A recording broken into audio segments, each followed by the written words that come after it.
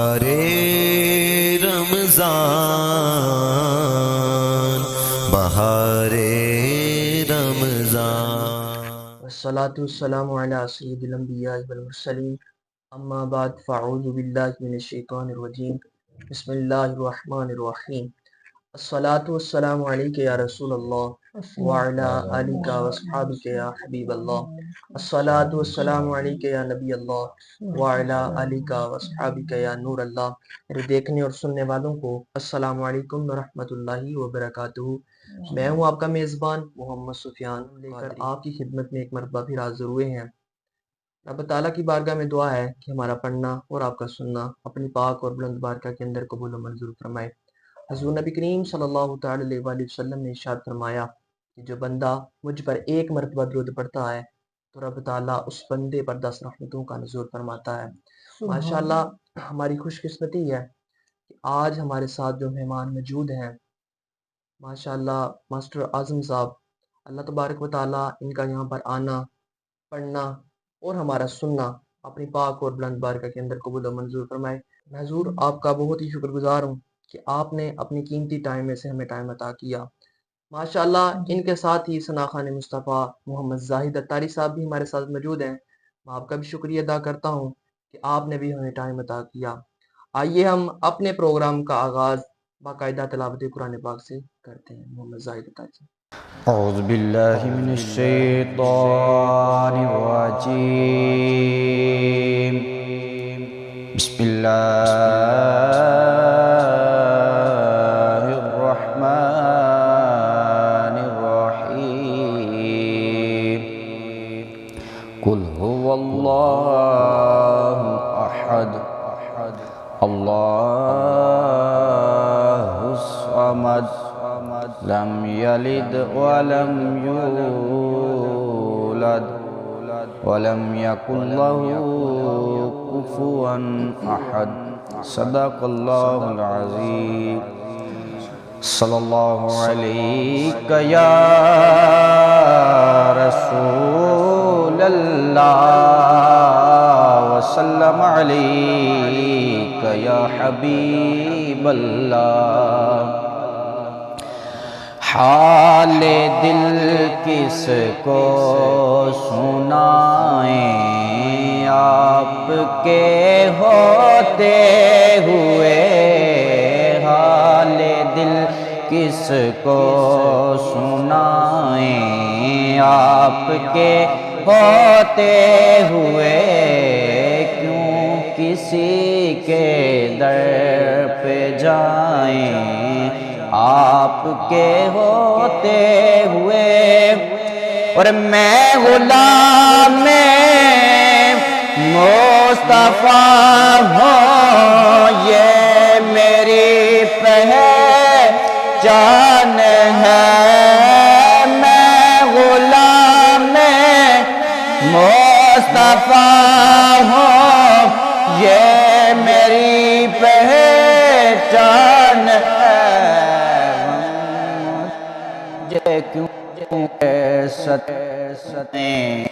کیوں کر مجھ کو ستائیں آپ کے ہوتے ہوئے، حال دل کس کو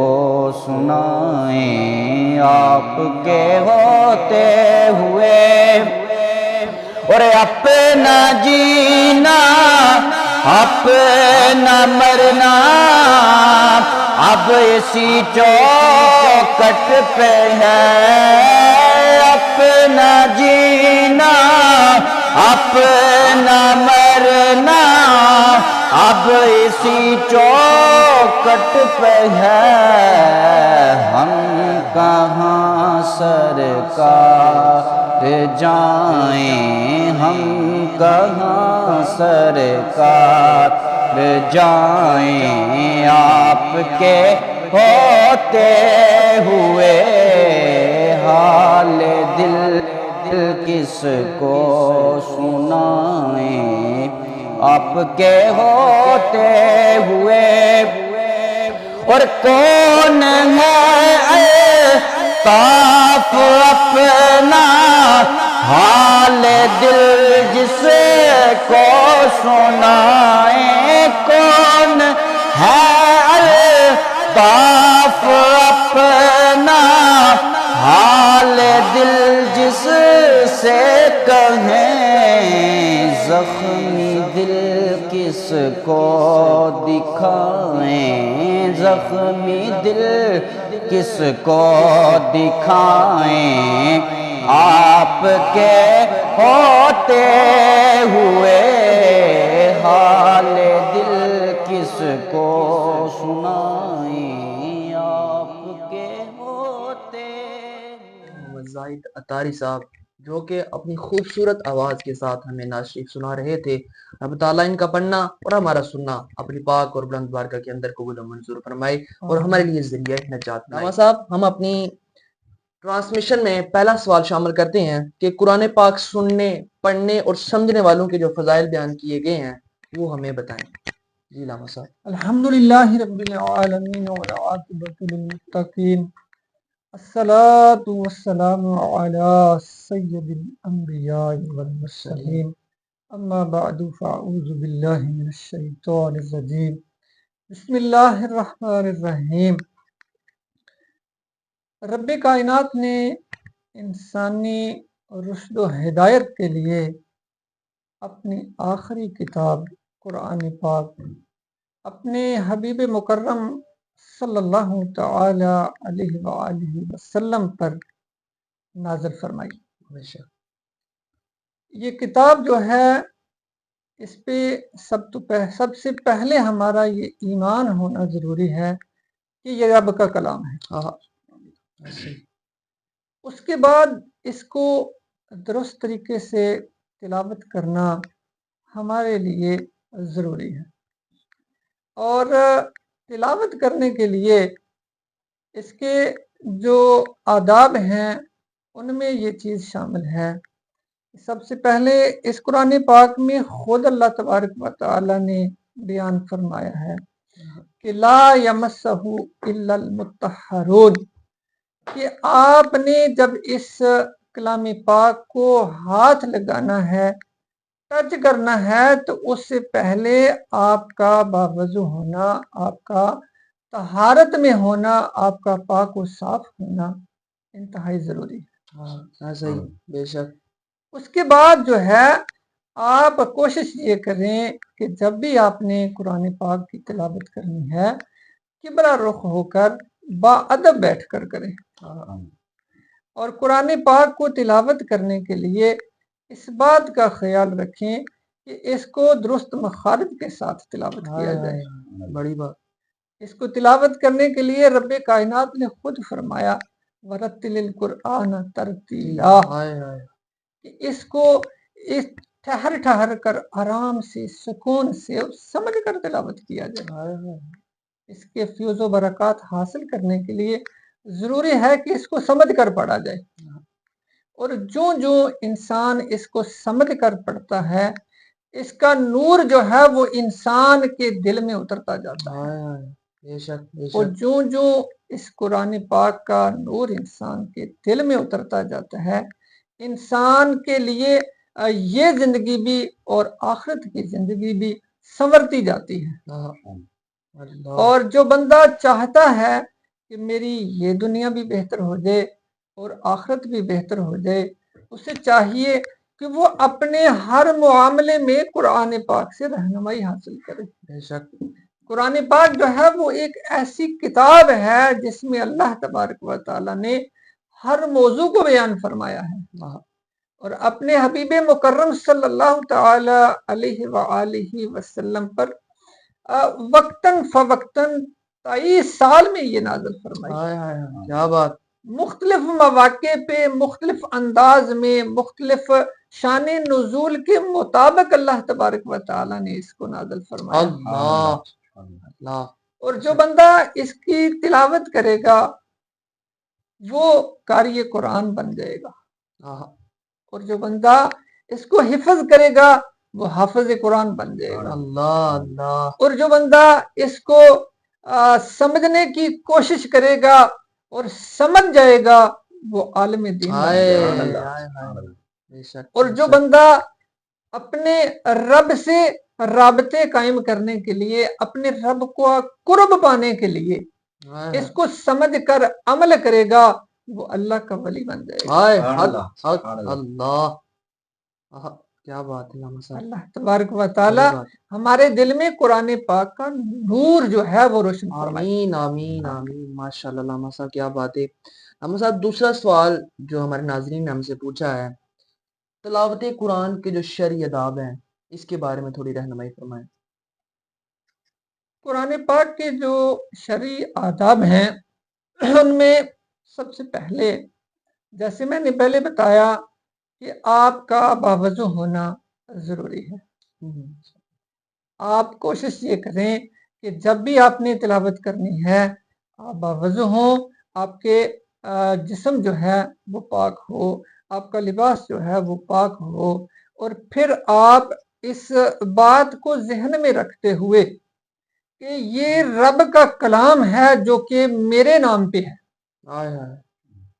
اس کے جو انوار و تجلیات ہیں ان کو سمیٹنے کے لیے اس کے آداب میں یہ ضروری ہے بات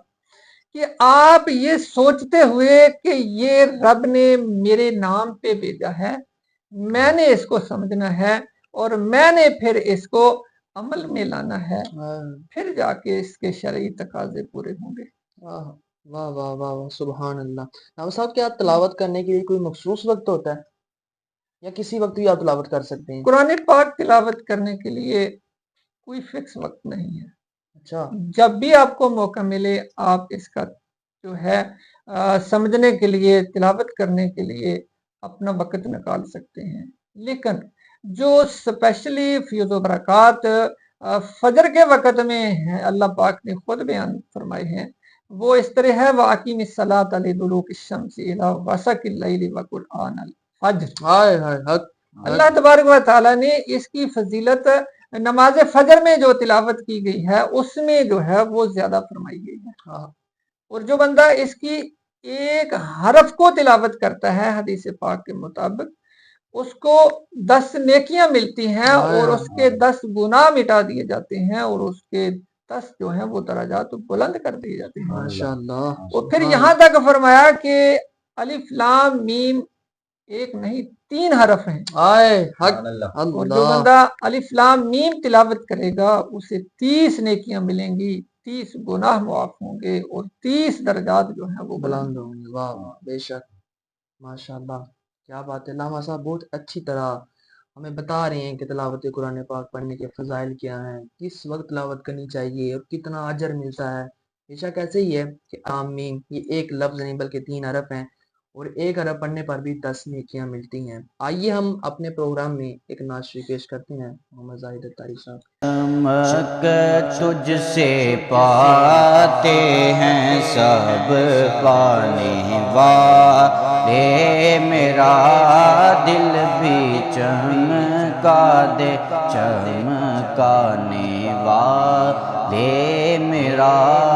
دل بھی چمکا دے چمکانے والے، اور برستا نہیں دیکھ کر ابر رحمت، ہاں برستا نہیں دیکھ کر ابر رحمت، برستا نہیں دیکھ کر ابر رحمت، بدوں پر بھی برسا دے برسانے والے، میرا دل بھی چمکا دے چمکانے والے، اور حرم کی زمین اور قدم رکھ کے چلنا، حرم کی زمین اور قدم رکھ کے چلنا، حرم کی زمین اور قدم رکھ کے چلنا، رے سر کا موقع ہے جانے والے میرا دل بھی کا دے چمکانے والے اور رضا نفس دشمن ہے دم نے نہ آنا رضا نفس دشمن ہے دم میں نہ آنا رضا نفس دشمن ہے دم میں نہ آنا کہاں تم نے دیکھے ہیں چندرانے والے کہاں تم نے دیکھے ہیں چندرانے والے میرا دل بھی چمکا دے چمکانے والے چمک تجھ سے پاتے ہیں سب کونے والے من ہے دم میں نہ رضا نفس دشمن ہے دم تم نے دیکھے ہیں چندرانے والے تم نے دیکھے ہیں چندرانے والے تجھ سے پاتے ہیں سب پانے والے را دل بھی چمکا دے چمکانے والے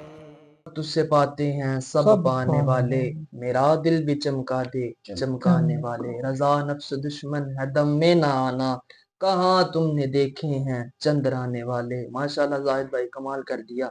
بہت ہی احسن طریقے کے ساتھ ماشاءاللہ ناشری پیش کر رہے تھے رب تعالیٰ ان کا پڑھنا ہمارا سننا اپنی پاک اور بلند بارگاہ کے اندر قبول و منظور فرمائے علامہ صاحب کی طرف بڑھتے ہیں علامہ صاحب یہ بتائیں کہ آج کل قرآن پاک سے اتنی دوری کیوں ہے مثال ہے بزرگوں نے بیان فرمائی ہے ایک بڑھیا تھی غربت میں دن کاٹ رہی تھی اس کا ایک بیٹا تھا اس نے محنت مشقت کر کے اس بیٹے کو پالا کوشش کر کے کفایت شاری کر کے اس بیٹے کے لیے سامان سفر تیار کیا اور اسے روزگار کے سلسلے میں بیرون ملک بھیج دیا اور اس خیال پہ کہ بچہ کچھ پیسے کما کے لائے گا بھیجے گا اور ہمارے بھی دن پھر جائیں گے اور ہم زندگی تھوڑی آسانی سے گزار لیں گے وہ بچہ چلا گیا جا کے اس نے محنت مزدوری شروع کر دی اور ہر مہینے اس نے اپنی والدہ کے نام پر ایک خط بھیجنا اور اس خط میں ایک ڈرافٹ بھی بھیجنا اس ڈرافٹ میں اس نے پیسے بھیجنا لیکن وہ بڑھیا جو تھی اس نے جو ہی خط ملنا تو بڑا خوش ہونا کہ میرے بیٹے کا خط آیا ہے وہ اسی بات پہ خوش کہ میرے بیٹے کا خط آیا ہے اور خط اس خوش ہوتے ہوتے اس خط کو سنبھال کر دراز میں رکھ دینا وقت گزرتا گیا وہ بیٹا جو تھا وہ خط بھیجتا رہا اور ہر خط میں اس نے بینک ڈرافٹ بھیجا جس میں اس نے کافی رقم جو تھی وہ بینک میں بھیجتا تھا لیکن وہ بڑھیا جو تھی وہ خط کو دراز میں رکھ دیتی تھی وہ ان پڑھ اسے پتہ نہیں تھا کہ خط میں لکھا کیا ہے یا یہ جو بینک ڈرافٹ ہے اس میں کیا یا یہ چیک جو ہے اس میں کیا ہے تو اس نے وہ خط سنبھالتی رہی آخر ایک وقت آیا وہ بیمار ہوئی اور وہ اللہ کو پیاری ہو گئی محلے والوں نے دیکھا کہ آ کے اس کی کفن دفن کا بندوبست کیا لیکن جب انہوں نے دراز کھولا تو اس میں کتنے خط پڑے ہوئے تھے اور کھول کر دیکھا کہ ان خطوں میں ہر خط میں بینک ڈرافٹ موجود ہے بچہ ہر مہینے ایک رقم جو ہے وہ بھیجتا تھا کہ اگر وہ بڑھیا پڑھی لکھی ہوتی، سمجھتی کہ یہ میرے لیے میرے بیٹے نے پیسے بھیجے ہیں، تو وہ یقیناً جا کر بینک سے پیسے وصول کر کے اپنا وہ علاج بھی کروا سکتی تھی اور اپنے دن بھی آسانی سے گزار سکتی تھی۔ ہائے ہائے آج ہماری جو غلطی ہے وہ مین یہ ہے کہ یہ جو قرآن پاک ہے رب کا ہمارے لیے بھیجا ہوا خط ہے، ہم اس کو پڑھتے ہیں صرف یا تو ثواب کے لیے پڑھتے ہیں، یا اس کو پڑھتے ہیں حصول برکت کے لیے،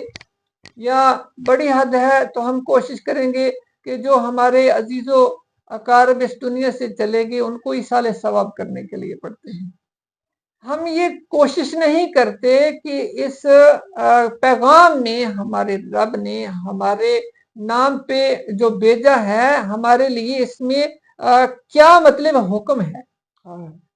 جب تک ہم اس کے احکامات کو سمجھیں گے نہیں، ان پہ عمل کریں گے نہیں، اس وقت تک ہماری جو حالت ہے وہ بہتر نہیں ہو سکتی۔ ہم اس قرآن کے فیوز و برکات جو ہیں وہ اس وقت تک نہیں سمیٹ سکتے جب تک ہم اس کو سمجھیں گے نہیں۔ ذرا مثال سے کوشش کریں سمجھنے کی کہ اگر کسی دوسری زبان میں کسی وقت کا کوئی حاکم یا کوئی بڑے عہدے والا آپ کے نام پہ کوئی خط بھیجتا ہے اور آپ کو پتہ چلے کہ یہ جی فلاں MNA نے یا فلاں وزیر اعظم نے یا وزیر اعلیٰ نے آپ کے نام پہ خط بھیجا ہے، خط انگلش میں ہے، آپ جانتے نہیں کہ اس میں لکھا کیا ہے، تو آپ کو اس وقت تک چین نہیں آئے گا جب تک کہ آپ انگلش جاننے والے بندے کے پاس جا کے اس خط کے مطالب جو ہے وہ سمجھ نہیں لیں گے۔ ہائے ہائے ہائے کیا بات! ہماری حالت یہ ہے کہ ہم دنیا کے معاملات میں حتی الامکان کوشش کرتے ہیں کہ یہ سمجھا جائے کہ میرے نام پہ جو دوسری زبان میں خط آیا ہے اس میں کیا لکھا ہوا ہے، لیکن جو رب نے ہمارے نام پہ پیغام بھیجا ہے، رب کے جو احکامات اس میں محفوظ ہیں، رب کی طرف سے جو قصے رب نے خود بیان فرمائے ہیں، ان کو ہمارے لیے جو عبرت کے لیے بیان کیے ہیں، ہم ان کو پڑھ کر عبرت حاصل کریں، لیکن یہ عبرت اس وقت تک حاصل نہیں کر سکتے جب تک ہم قرآن پاک کو سمجھیں گے نہیں، اس کو سمجھ کر نہیں پڑھیں گے، اس وقت تک جو ہے وہ ہماری حالت بہتر نہیں ہو سکتی، اس وقت تک ہم پستیوں میں گرے رہیں گے، اس وقت تک ہم اوج پر نہیں پہنچ سکتے، ہم ترقی نہیں کر سکتے، ہم دنیا میں جو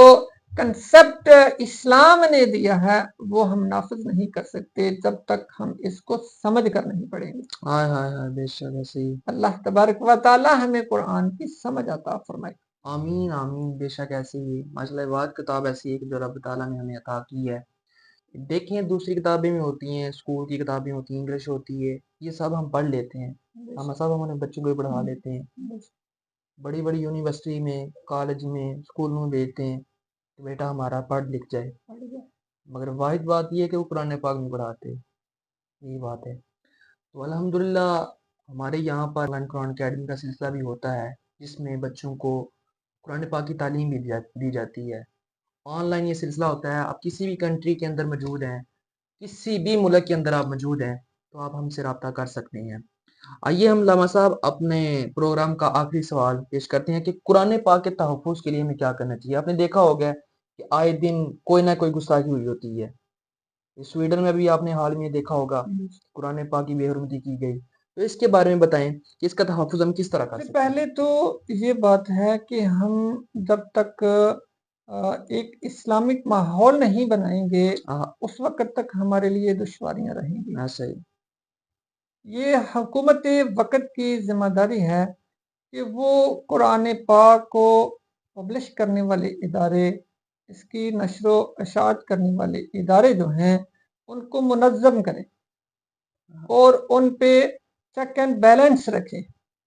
حکومت کی طرف سے،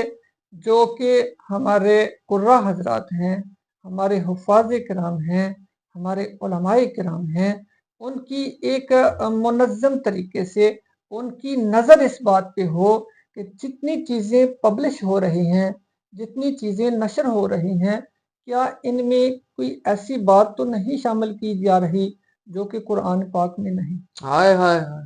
کیا یا بات۔ کوئی ایسی بات جس کی قرآن پاک میں موجود تو ہے لیکن اس کی تشریح کوئی غلط تو نہیں کر رہا؟ ہاں صرف یہ نہیں کہ ہم ایک دو لیول پہ ہم بات کو ختم کریں، نہیں، یہ بات جو ہے یہ نہ صرف حکومتی لیول پہ بلکہ یہ بات جو ہے یہ انٹرنیشنل لیول پہ ہونی چاہیے، ہائے ہائے، وہ کیونکہ یہ قرآن پاک جو ہے ہدی للناس،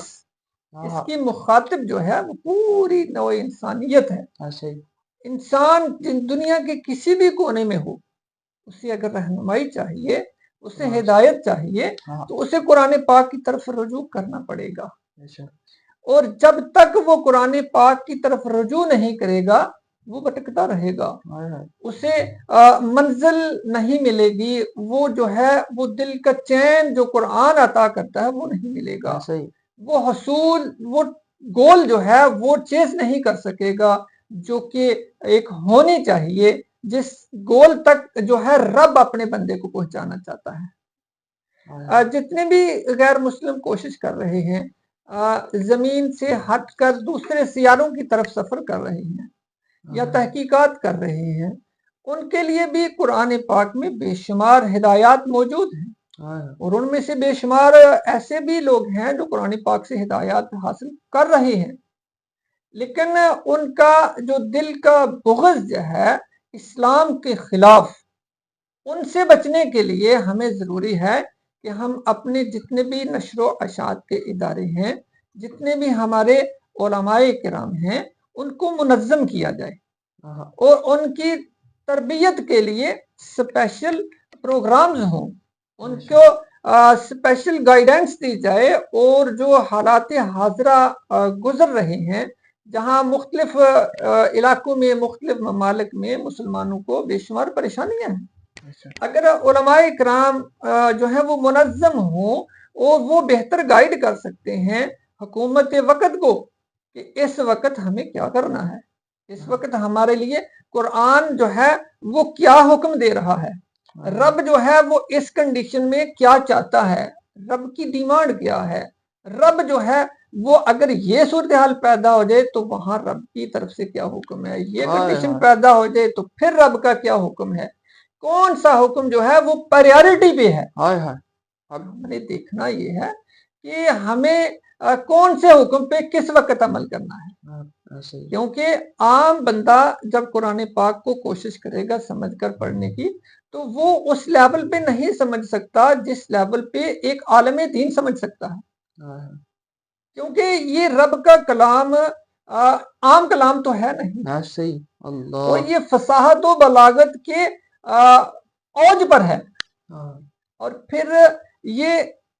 اس میں ایسے احکامات موجود ہیں جو کہ ناسخ اور منسوخ کے زمرے میں ہیں، ہائے، اور عام بندہ ہے جو وہ سمجھ نہیں سکتا کہ اس میں کون سا حکم جو ہے وہ ناسخ ہے اور کون سا حکم جو ہے وہ منسوخ منسوخ ہے۔ ہے، ہائے، اس لیے ہمیں چاہیے کہ ہم ہر وقت، ہر موڑ پہ، ہر ٹاپک پہ جو ہے وہ علماء کرام کی طرف رجوع کریں، بے شک، اور علماء جو ہیں وہ منظم ہوں، وہ ہماری بہتر رہنمائی فرمائیں، ہاں، تب جا کے ہم جو ہے وہ قرآن کے جو حق ہیں وہ ادا کر سکیں گے، ہائے ہائے، کیا بات، تب ہم جا کر قرآن پاک کے جو فیوز و برکات ہیں وہ ہم سمیٹ سکیں گے، ہائے ہائے، تب جا کے ہم اب قرآن پاک کے جو فیوز و برکات ہیں نہ صرف خود سمیٹ سکیں گے بلکہ وہ پوری دنیا میں جو ہے وہ نچھاور کر سکیں گے۔ ہائے ہائے، اللہ اللہ، ماشاء اللہ، احمد صاحب کیا بات ہے، بے شک ایسے ہی ہے۔ میں ایک بات پڑھ رہا تھا کہ آپ کتنے بھی پریشان کیوں نہ ہو، کتنے بھی پریشان کیوں نہ ہو، جب آپ قرآن پاک پڑھتے ہیں تو آپ کے دل کو قرار آ جاتا ہے، سکون آ جاتا ہے، یہ واحد کتاب ایسی ہے۔ تو ہمیں رب تعالیٰ قرآن پاک پڑھنے کی توفیق عطا فرمائیے۔ علامہ صاحب دعا کرتے ہیں آپ کا بہت شکریہ، آپ ہمارے کہنے پر یہاں پر تشریف لائے، اب تعالیٰ آپ کا یہاں پر آنا، پڑھنا اور ہمارا سننا اپنی پاک و بلند بارگاہ کے اندر قبول و منظور فرمائے۔ میں ثنا خان مصطفیٰ محمد زاہد صاحب کا بھی بہت شکر گزار ہوں کہ آپ ہمارے کہنے پر یہاں پر تشریف لائے، اللہ تبارک و تعالیٰ آپ کا بھی یہاں پر آنا اپنی پاک و بلند بارگاہ کے اندر قبول و منظور فرمائے۔ اللہ صاحب دعا کیجیے۔ الحمدللہ رب العالمین والعاقبۃ للمتقین الصلاۃ والسلام علی سید الانبیاء والمرسلین۔ الہی ہمارے دلوں میں قرآن پاک کا نور جو ہے وہ منور فرما۔ الہی ہم سب کو قرآن پاک کے ساتھ جڑ کر سمجھنے اور سمجھ کر عمل کی توفیق عطا فرما۔ الہی ہمارے ملک پاکستان میں قرآن کا نظام جو ہے وہ نافذ فرما۔ الہی ہمارے لیے مشکلات جو ہے وہ آسان فرما۔ الہی ہم سب کو قرآن پاک سے محبت کرنے کی توفیق عطا فرما۔ علماء کرام سے محبت کرنے کی توفیق عطا فرما۔ حفاظ کرام سے، قراء حضرات سے محبت کرنے کی توفیق عطا فرما۔ اللہم انا نسألک ایمانا مستقیما وفضلا دائما ونظرا رحمتا وعقلا کاملا وعلما نافعا وقلبا منورا وتوفیقا احسانا ولسانا ذاکرا وبدنا صابرا ورزقا واسعا وسعیا مشکورا وذنبا مغفورا وعملا مقبولا ودعاء مستجابا ولقاء اللہ نصیبا وجنتا فردوسا ونعیما مقیما صلی اللہ تعالی علی رسولہ خیر خلقہ محمد وآلہ واصحابہ البیتہ اجمعین برحمتک یا ارحم الراحمین۔